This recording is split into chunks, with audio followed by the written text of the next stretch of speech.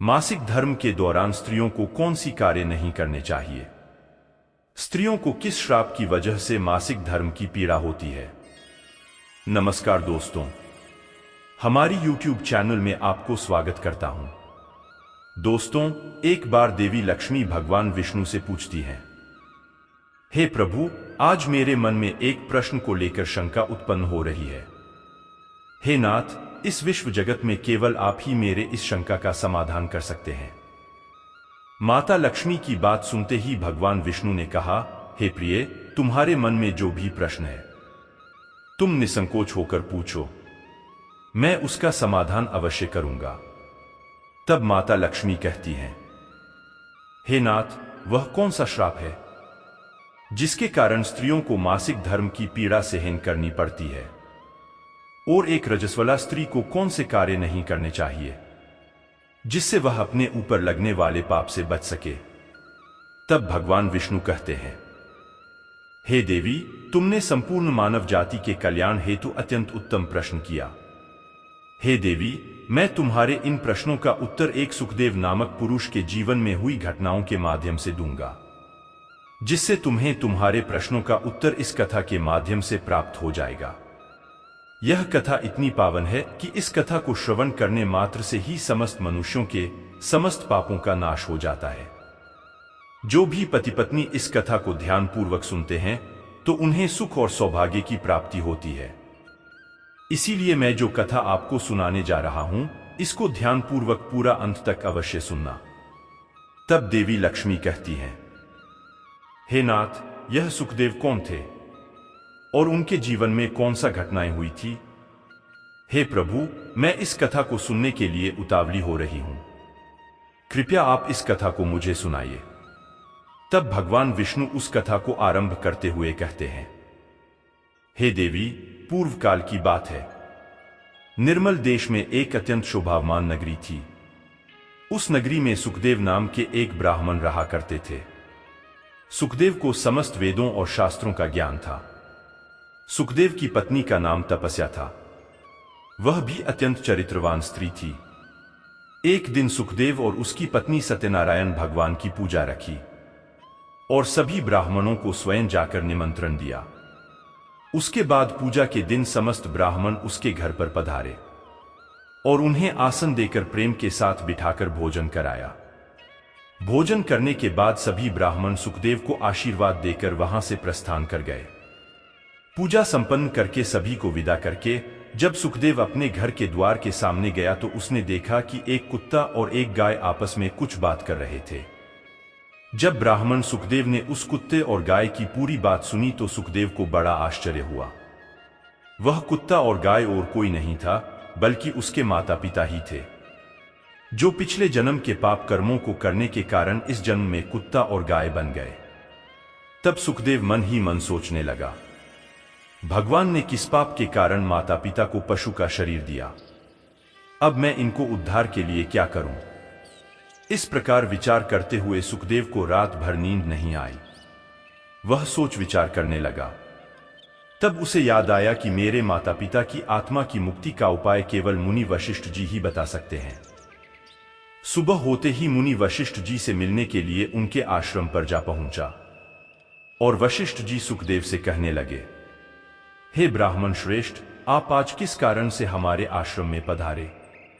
हे ब्राह्मण श्रेष्ठ, आप बड़े दुखी पड़ रहे हैं।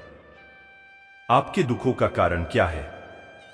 सुखदेव कहता है, हे मुनिवर, आपको मेरा प्रेम भरा प्रणाम। हे मुनिवर, आज आपके दर्शन मात्र से मेरा जन्म सफल हो गया है। परंतु हे मुनीश्वर, यहां आज मैं आपके पास अपनी एक शंका को लेकर आया हूं। कृपया आप ही मुझे इस दुख से बाहर निकालें। मैं अत्यंत दुखी और दुर्बल हो गया हूं।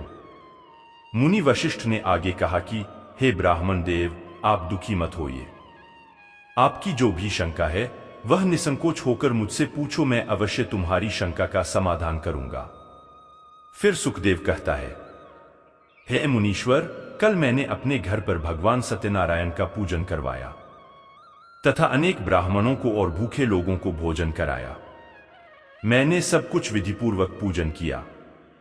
फिर जब मैं अपने घर के बाहर अपने मेहमानों को अपने द्वार तक छोड़ने आया तो मैंने देखा कि मेरे द्वार पर एक कुत्ता और एक गाय दोनों मेरे घर के सामने खड़े होकर बात कर रहे थे।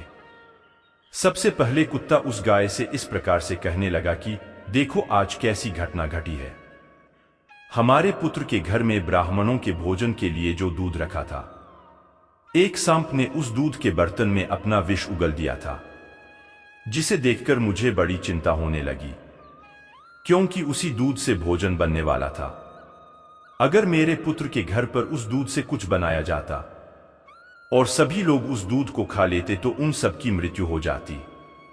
इसीलिए मैंने उस बर्तन में से सारा दूध पी लिया। लेकिन जब मेरी बहू की दृष्टि मुझ पर पड़ी तब उसने मुझे डंडों से खूब पीटा, जिससे मेरे शरीर का अंग भंग हो गया। अब मुझे बहुत पीड़ा हो रही है, मुझसे यह पीड़ा सहन नहीं हो रही है। कुत्ते की बात को सुनकर वह गाय बहुत दुखी हो गई और वह अपना वृतांत सुनाने लगी और बोली कि हे प्रीतम, अब मैं तुम्हें मेरे दुख का कारण सुनाती हूं। पूर्व जन्म में इस ब्राह्मण की माता थी, परंतु आज इस ब्राह्मण ने सभी लोगों को भोजन कराया, किंतु इसने मेरे सामने घास तक नहीं डाली और ना ही मुझे जल पिलाया। सुखदेव बोला कि हे मुनिवर, इसी कारण से मैं बहुत दुखी हो गया हूं। फिर सुखदेव कहने लगा, इस प्रकार से अपने माता पिता को कुत्ते और गाय के रूप में ऐसा बोलते हुए देखकर मुझे बड़ा दुख हो रहा है। मुनिवर, मुझे रात भर नींद नहीं आई। हर क्षण मुझे बस यही चिंता सताए जा रही थी।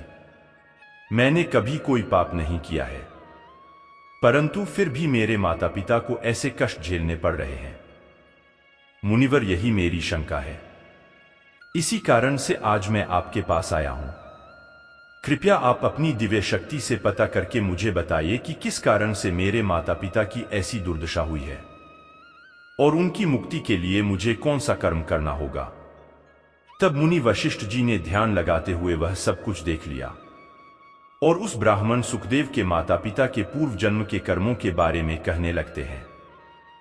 हे ब्राह्मण, तुम्हारे माता पिता ने पिछले जन्म में घोर पाप किया था। उसी पाप कर्मों के कारण आज उनकी ऐसी दुर्दशा हुई। सुखदेव कहता है, हे गुरुदेव, कौन से पाप के कारण मेरे माता पिता की दुर्दशा हुई है? कृपया मुझे उसके बारे में विस्तार से बताने की कृपा करें।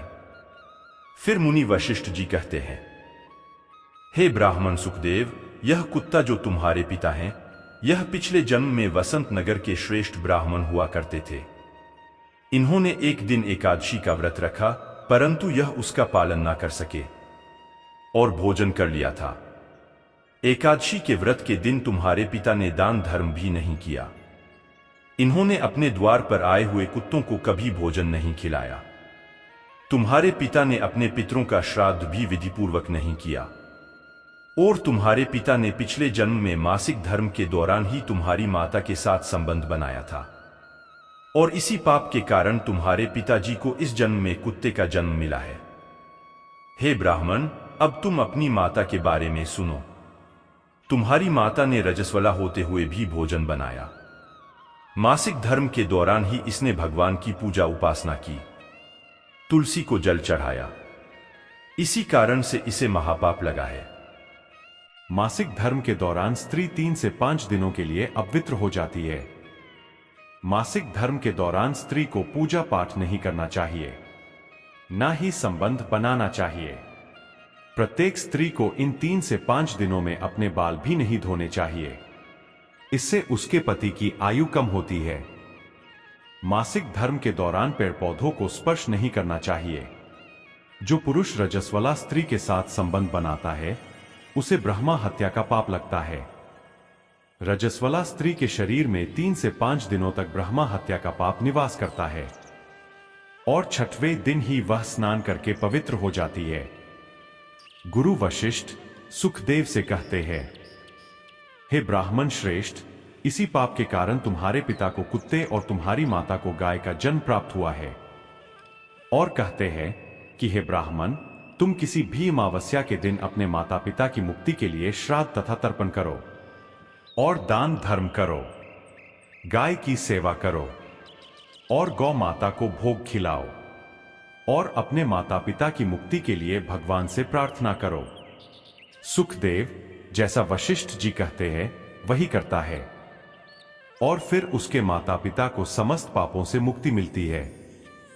भगवान विष्णु देवी लक्ष्मी से कहते हैं, हे देवी, मैंने तुम्हें रजस्वला स्त्री को कौन से कार्य नहीं करने चाहिए इस विषय में बता दिया है। अब मैं तुम्हें यह बताता हूं कि किस श्राप के कारण से प्रत्येक स्त्री को मासिक धर्म की पीड़ा को सहन करना पड़ता है। हे देवी, सतयुग में देवराज इंद्र और वृत्रासुर नामक एक दानव के बीच भीषण युद्ध हुआ था और उस युद्ध में देवराज इंद्र अपने वज्र का प्रहार करके उस वृत्रासुर को मार डालते हैं।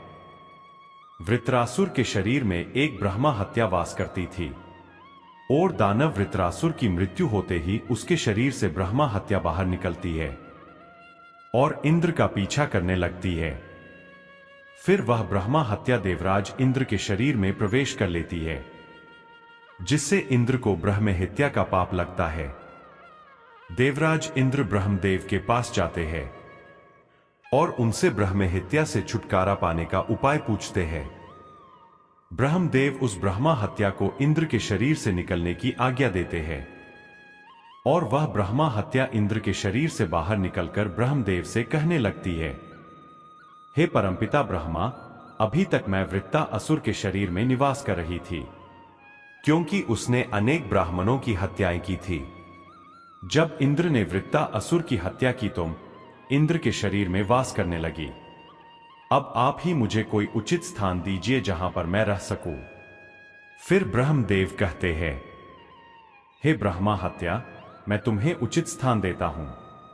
ब्रह्मदेव ने ब्रह्मा हत्या के 4 भाग कर दिए और कहा, ऐ ब्रह्मा हत्या, तुम्हारा 1/4 भाग अग्नि के भीतर रहेगा, क्योंकि जो भी मनुष्य अग्नि को आहुति नहीं देगा तुम उसके शरीर में प्रवेश कर लेना। ब्रह्मदेव ने फिर कहा कि तुम्हारा दूसरा 1/4 भाग जल के भीतर रहेगा, जो भी जल में थूकेगा अथवा जल में मलमूत्र का त्याग करेगा तुम उसके शरीर में प्रवेश करोगी। फिर तीसरा 1/4 भाग पेड़ पौधों और वृक्षों के भीतर रहेगा, जो भी मनुष्य अकारण ही वृक्षों को काटेगा उसे भी ब्रह्मा हत्या का पाप लगेगा। उसके बाद ब्रह्मदेव ने अप्सराओं को बुलाया और कहा, हे अप्सराओं, इस ब्रह्मा हत्या का 1/4 भाग तुम ग्रहण करो। फिर अप्सराएं कहने लगी, हे प्रभु, अगर आपकी यही आज्ञा है तो हम इसे आपकी आज्ञा को हम ग्रहण करने के लिए तैयार हो, किंतु हमें भी इससे मुक्ति का कोई उपाय बताइए। फिर ब्रह्मदेव कहने लगे कि हे अप्सराओं, जो भी पुरुष रजस्वला स्त्री के साथ संबंध बनाएगा उसके अंदर यह ब्रह्मा हत्या प्रवेश कर जाएगी। इस प्रकार से ब्रह्मा हत्या के 4 भाग हुए, एक अग्नि में, दूसरा जल में, तीसरा वृक्षों में और चौथा स्त्रियों के अंदर प्रवेश कर गया। उसी ब्रह्मा हत्या के भाग के कारण स्त्रियों को मासिक धर्म आता है। मित्रों, आपको हमारी यह कथा कैसी लगी हमें कमेंट करके अवश्य बताएं। वीडियो अच्छी लगी हो तो वीडियो को लाइक जरूर करें। कमेंट में जय श्री हरि विष्णु अवश्य लिखें। साथ ही चैनल को सब्सक्राइब करना ना भूलना। और हाँ, वीडियो को अंत तक देखने के लिए आपको बहुत बहुत धन्यवाद।